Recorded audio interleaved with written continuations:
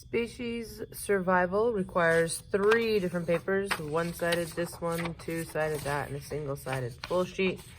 We are going to start here with definitions. We'll glue the paper in when we are done. So let's start talking about these definitions. All right, extinction. Extinction is when a species,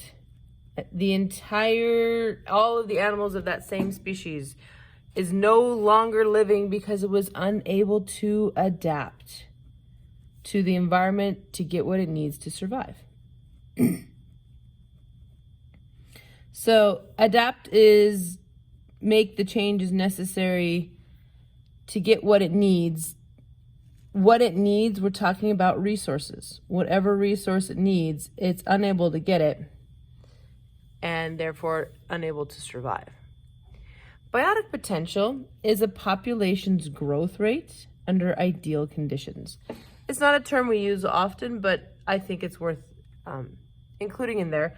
That idea that if everything was perfect, there was plenty of food, there were no competition, there was no predators, the maximum possible reproduction, okay?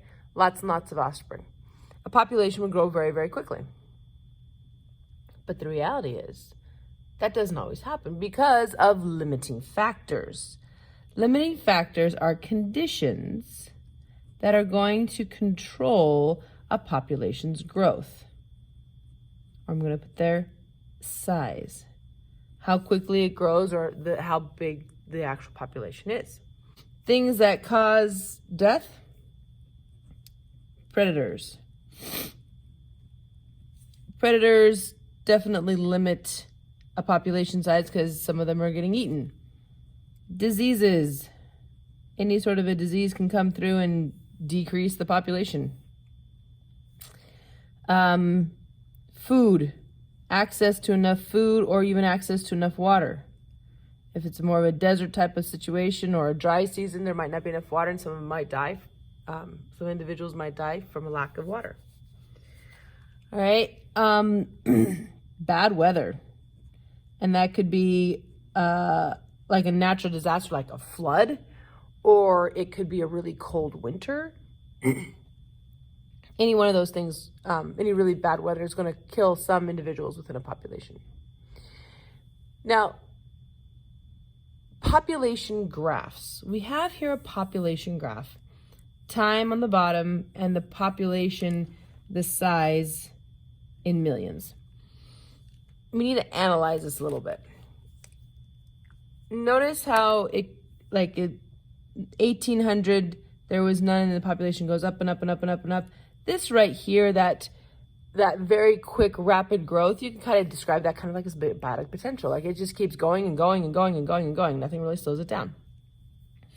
And then it gets really, really high and then it drops back down. That drop back down is the result of some limiting factor.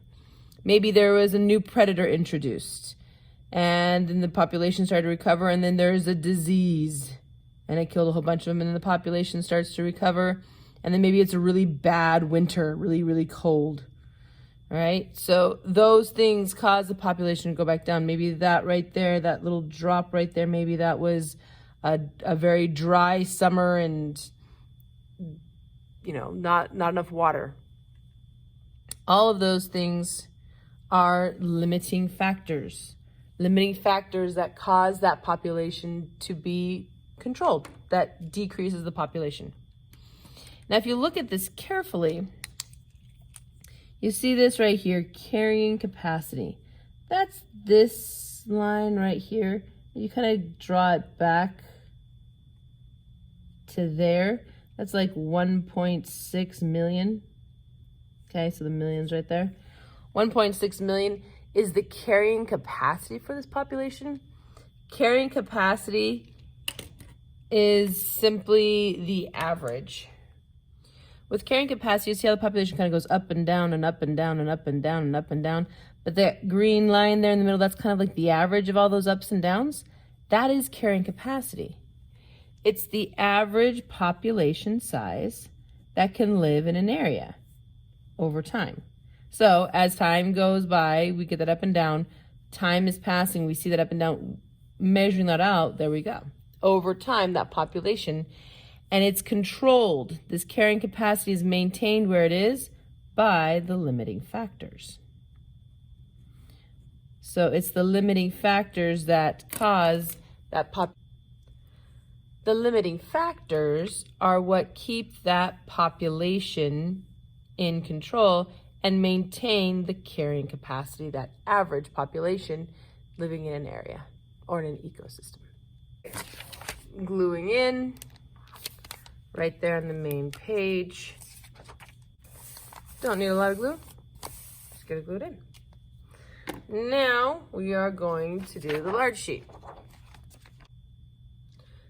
Before Europeans colonized North America, one of its main forest herbivores were deer. All right, forest herbivores, that's the deer's niche. Ordinarily existing in small groups, the population of deers were kept in check by wolves, the top predator of these forest ecosystems. Kept in check means they were the limiting factor. The wolves were a very powerful limiting factor to control the population, to limit the population of deer. Deer, being fairly large as North American herbivores go, were capable of eating the leaves off of trees and shrubs, low-growing plants, and grass. If it's green, the deer will eat it. The European settlers severely depleted the population of wolves. Hunting, because they found them to be dangerous to human children and to livestock. So they would hunt the wolves not for sport or not for food. They'd hunt the wolves because they didn't want the wolves hunting their livestock, their own cows or chickens or sheep. And they felt they were a threat to human children. Not so much. Wolves really won't go after a person, especially if they can find something else to eat. An unexpected consequence. Deer began to multiply out of control, exceeding the carrying capacity of their environment. So this is overpopulation. There were too many deer for the ecosystem to sustain, exceeding the carrying capacity. The deer began to starve, die of hunger. Plant species began to suffer because the deer were eating every green thing they could find. There was so many of them, there wasn't enough food for all of them. They just kept eating and eating and eating. Some even were threatened with extinction as the starving deer ate all the green plants they could find. Humans realized what was happening because it began to affect their own food sources. The wild deer began to invade gardens and farms. So there was no more food left in the forest. The deer started eating our crops, started eating our gardens. And they began to give, and so humans began to give nature a helping hand, reducing the deer population now that we're hunting deer. Reducing that population. In modern times, some areas have to cull the deer, a practice where the deer are systematically hunted not just for meat or for sport, but to prevent deer starvation and damage to plants. They just go out and they shoot the deer and let their bodies lie there and rot. Because there's just so many of them, they have to do it. Otherwise, we're going to have, because they're at that point of overpopulation, it's going to start damaging the ecosystem. Other areas have begun to reintroduce wolves, the old enemy. We actually, in the United States, we have gotten to Canada, gotten some Canadian wolves and brought them down and reintroduced them to different places. National parks is usually where we start. As a result, we have seen healthier ecosystems, gardens, and crops. So not the ecosystems are being helped, the gardens are being less eaten, and the crops aren't being eaten by the deer either. The story of the North American wolf and deer has acted as a cautionary tale. Be careful to people who are considering making changes of any kind to their natural environment, which may have unintended consequences. You never know what consequence there might be if you change something in the environment. Don't mess with nature because you never know what disbalance you might cause. All right, having read the paragraph, well, the passage here, describe the niche of the North American deer. Remember, niche is the ecological role in the ecosystem. What does the deer do? The deer is a large herbivore. All right? Eats anything green.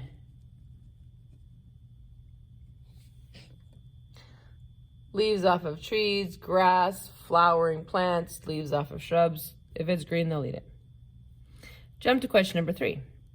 How can a deer adapt to changes in its habitat? So if there's a change in the environment, some sort of disease kills all of the shrubs, and there's no more shrubs to eat, the deer easily adapts and will eat the grass or eat the leaves in the trees. All right? No problem. They can definitely eat anything that's green. They can easily change their diet or adjust their diet. Number 5, list the chain of events that cause the deer eating crops. So with the chain of events, it's kind of easier to do it in reverse. So I'm going to put the deer eat the crops. Crops are what humans plant for their own consumption. The deer are eating them. Why did the deer eat the crops? Because there was no food in the forest. Why was there no food in the forest? Because there was deer overpopulation. There were too many deer, and therefore they were all eating all the food in the forest. Why did we have a deer overpopulation? There were no wolves. Why were there no wolves? Because humans hunted the wolves. Because humans hunted the wolves. So that's the chain of events that resulted in the deer eating our own crops. We killed their predator. All right, question number 7. Why are people reintroducing wolves in some areas even though it might hunt livestock or pets? So if we reintroduce wolves, they might eat a cow or a sheep. They are definitely a threat to your dog and cats. All right. So why take the risk to reintroduce wolves? The risk of losing a few livestock or pets is worth it for a healthy ecosystem.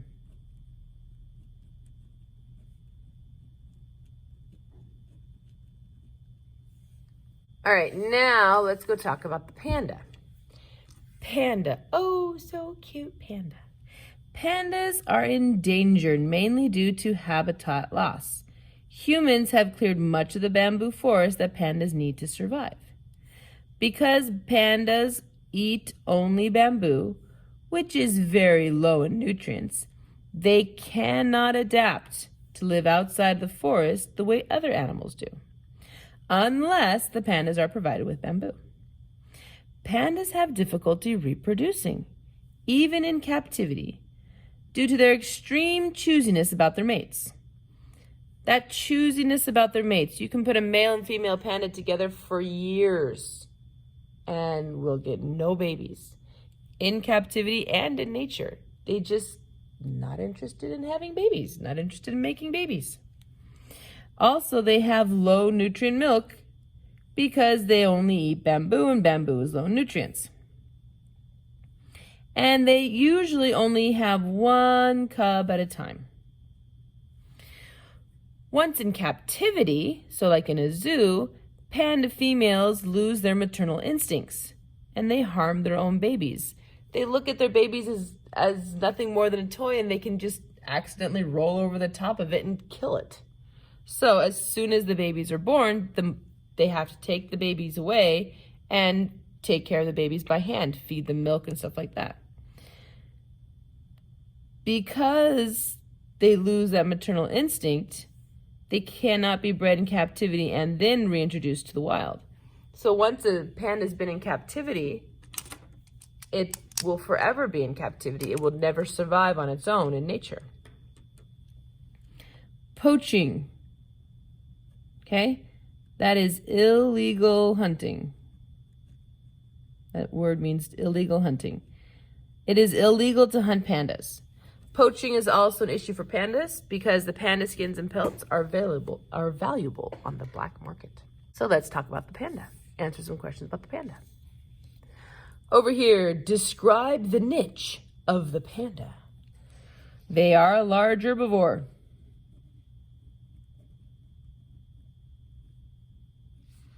And they eat only bamboo.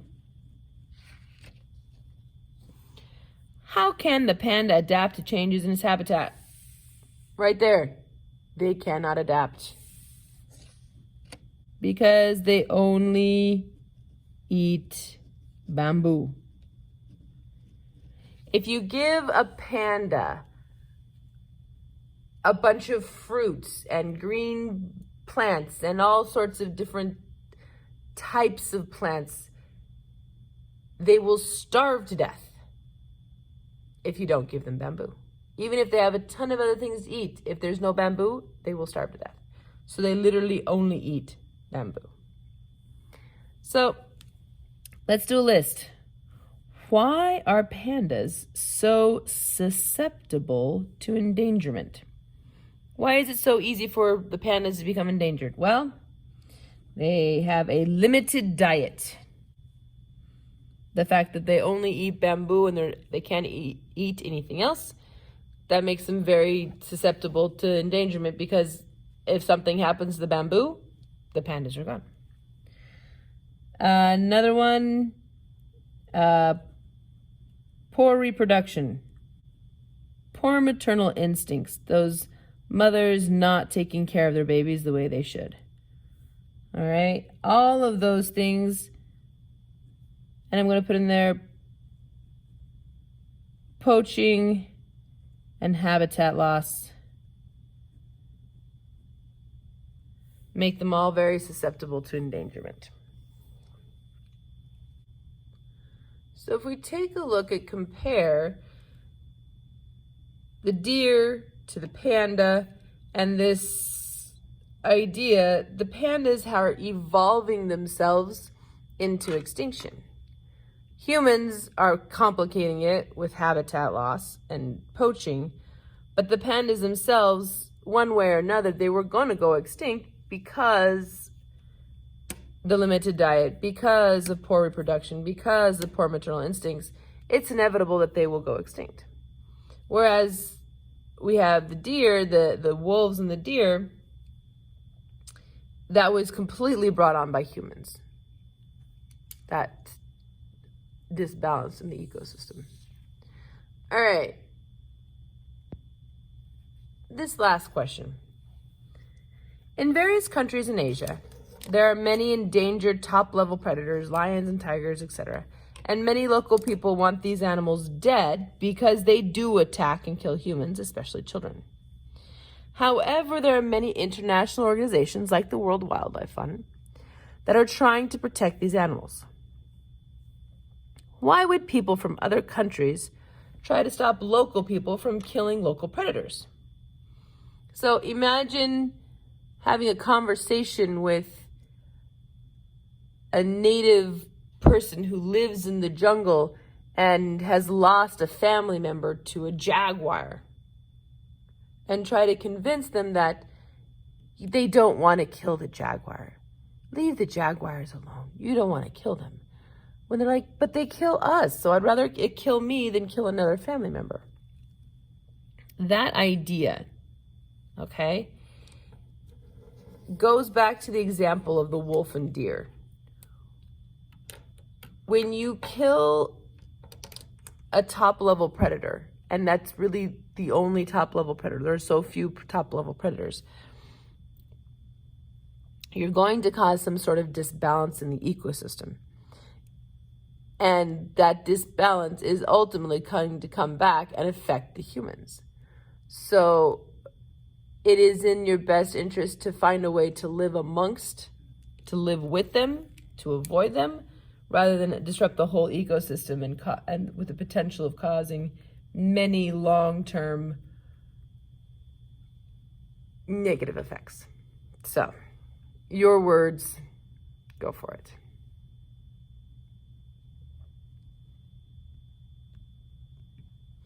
Okay, this worksheet, we're actually going to fold it.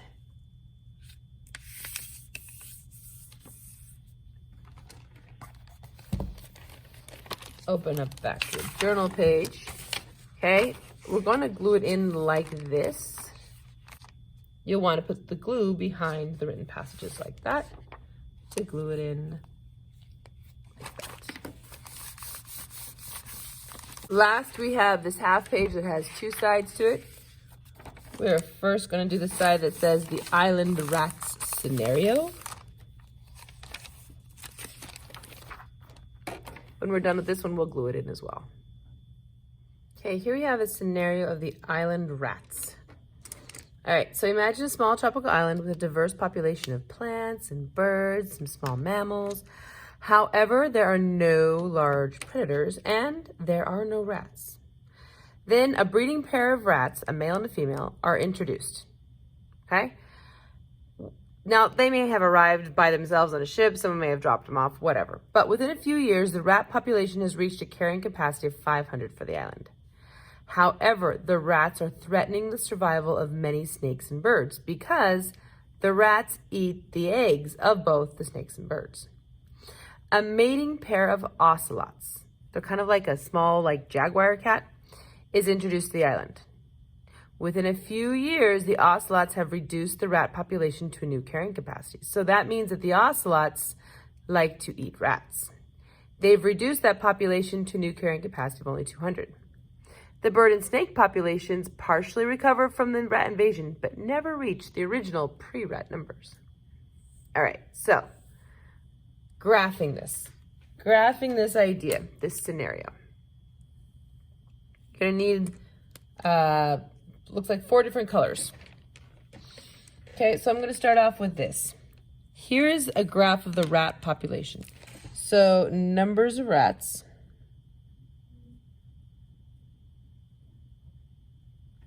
And the x-axis is time, okay, as time is passing. When we're looking at time, right here where our graph starts, this is when the rats arrive at the island, okay? We have rats for the first time on the island. And the population's increasing and increasing and increasing and increasing and increasing and increasing and increasing. And it gets to this point right here where it kind of goes up and down and up and down and up and down. This average, that little dotted line there, that average is carrying capacity. All right? Now, if we go back up here to the paragraph, the rat population has reached a carrying capacity. So the rat population has reached a carrying capacity of 500 for the island. That's what that line represents. That line represents an average population of 500 rats on the island. Okay. Now, notice here the population goes down, down, down, down, down, down, down, and then we get the up and down going again. So now we have a new carrying capacity. All right. So write in the word carrying capacity. This is a word, a very important word to know. And it's just that average. So here we have a new carrying capacity.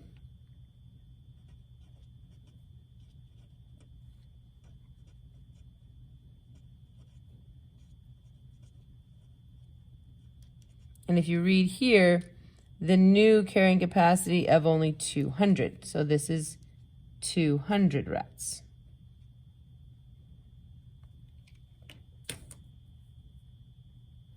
So what caused that carrying capacity to go from 500 to 200? Well, the carrying capacity is determined by the limiting factors in the environment. What new limiting factor appeared and caused that population to drop? Well, that new limiting factor that appeared was the ocelots. Okay, so somewhere right around here,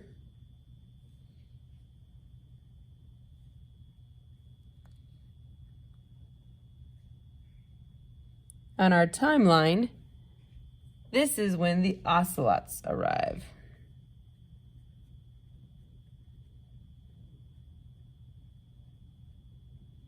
That's where the ocelots arrive. And the ocelots eat rats and eat rats and eat rats and eat rats and eat rats and eat rats. And so the population of the rats dramatically decreased. All right, and then it rebalanced the ecosystem, and now we have a new carrying capacity for those rats. Okay, so that's a graph of the rat population on the island. Well, let's do a graph of the bird population on the island. Okay, so the number of birds over time, and we're going to line these graphs up. These graphs are working on the same time scale here. So at the same point right here, same event happens. The rats arrive. The rats arrive, and notice the population at first is okay because there's so few rats, it's not really affecting the birds. But as those rats eat eggs, and there's more of them, and they're eating more eggs, there's more of them, there's more of them, more of them, as that predator population increases, the prey population is decreasing. Okay? So the bird population is going down, down, down, down, down, down, down, down, down. All right? With one of your colors,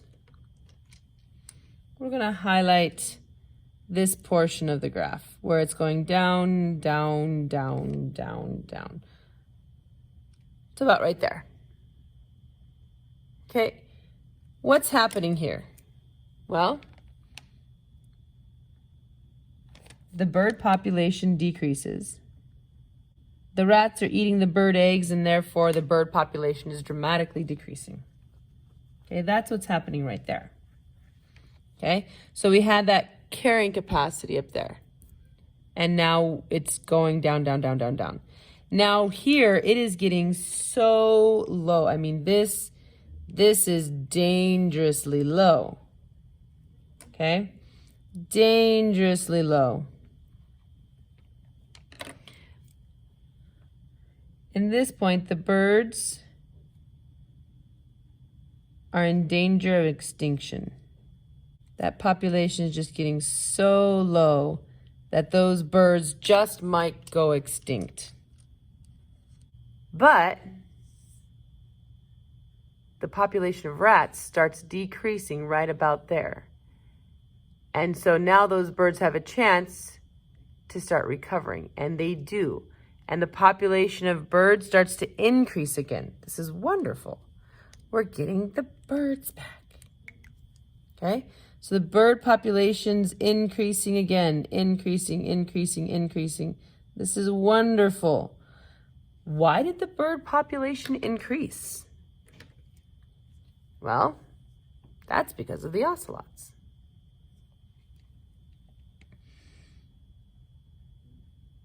The ocelots eat rats.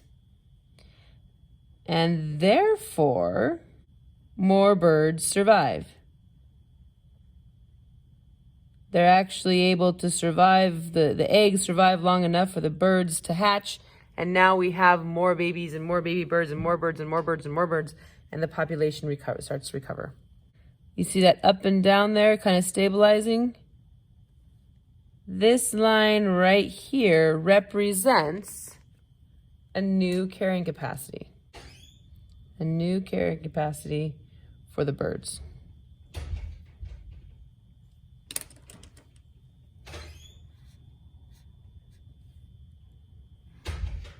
The original carrying capacity is that dotted line up above. Okay? I didn't really label that, but we could label that. This is the original bird carrying capacity. Before the rats. But the ocelots have decreased the rat population, which has helped the birds to recover. Now the birds have a new carrying capacity. It's less than it was originally because there's still rats on the island, but at least they're no longer endangered. Okay, so in this scenario, it seems like the ocelots were a great solution. The person who brought the ocelots made a really wise choice because they provided a predator to decrease the rats, which should have never been there anyways. We're going to talk about that in just a minute in the next journal entry. Invasive species. The rats are what we call an invasive species. They've come in and they're disrupting the entire ecosystem because they're in an ecosystem they're not supposed to be in. Okay? And so the rats cause this horrible dip in population for the birds. The ocelots, also a non-native species, introduced, helped the rat population problem. So the ocelot seems like a great idea. Seems to have done wonderful things. Well, we're just looking at birds and rats. There are other animals on the island. What could be some unforeseen consequences of introducing ocelots to the island? Ocelots are going to eat more than just rats. They may endanger a different native species, so one that already was there that naturally exists on the island. Maybe they like to eat monkeys. Maybe there's monkeys on this island. And they start to threaten the monkey population. It's hard to say. You never really know what consequences there might be for introducing something to an ecosystem where it doesn't naturally exist and what disruptions it might cause. So, the moral to the story is don't mess with an ecosystem. Don't add things, take away things, leave things as nature made them so that they can stay in balance. Public park ducks. This is a real scenario in many towns. So imagine a small town with a pond just outside of town with a population of ducks. So I'm going to just draw here. We have here ourselves a little town, and just outside of town we have the pond and a lovely little population of ducks there. No one really goes to the pond except to hunt the ducks during the short hunting season. And then the town starts to grow, and the town grows a little bit bigger, and the town grows even bigger, and what was a pond outside of town is now become a park with a pond inside of town. And this isn't really a town anymore. This is now a city. So what was a little town has now become a big city with a pond park inside. The local people enjoy feeding the ducks scraps of bread. Now the pond is surrounded by homes, streets, traffic. Therefore, the foxes, their natural predator to the ducks, no longer go near the pond. Hunting is also prohibited because it's within the city limits. Very dangerous to hunt within the city limits because of the danger to people and to property. Within a few years, the plants and the grasses around the park are being destroyed by an excessively large duck population. We end up with duck overpopulation.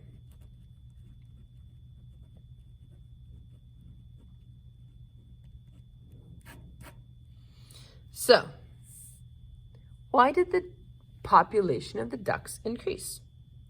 Why did we get duck overpopulation? All right? No more hunters. Okay? You can't hunt anymore inside the city limits. No more foxes. They don't like the city, so they left. Lots of food. The bread that people feed the ducks in the park. That's why the population increased. What were the limiting factors for the duck population? What was preventing overpopulation when this was a pond outside of town? Well, predators, both foxes and hunters, helped control the population.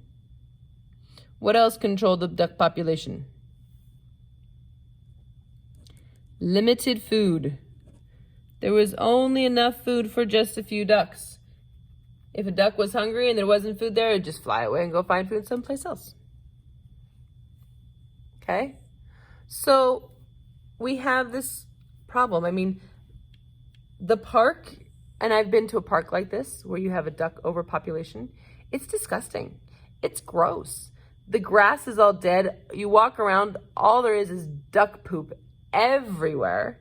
It's really unpleasant. So, what could be done to decrease the duck population?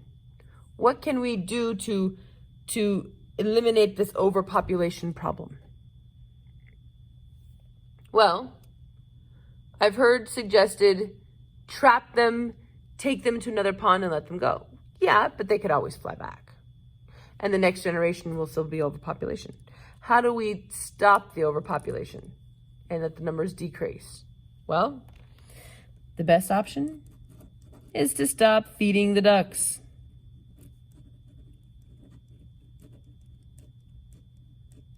We may not have any predators for them, but if we stop feeding them, there's not enough food, they'll fly away to go find food someplace else. And it won't take very long for the population of the ducks around the park to decrease to a small enough amount that they self-sustain, and the duck overpopulation problem is gone. All right, going to go ahead and glue that in to the journal. Put glue in the binding. Tuck the paper in. And that is species survival. The questions on the STAR exam in regards to species survival and these concepts, it's always a scenario. They give you an example and they talk about it, and then they ask you questions like these or like these. So you have to have the patience to read the questions carefully and to try and understand the scenario to be successful in answering the questions. Also, you really need this vocabulary to be able to understand the questions and understand what you're reading. So, species survival.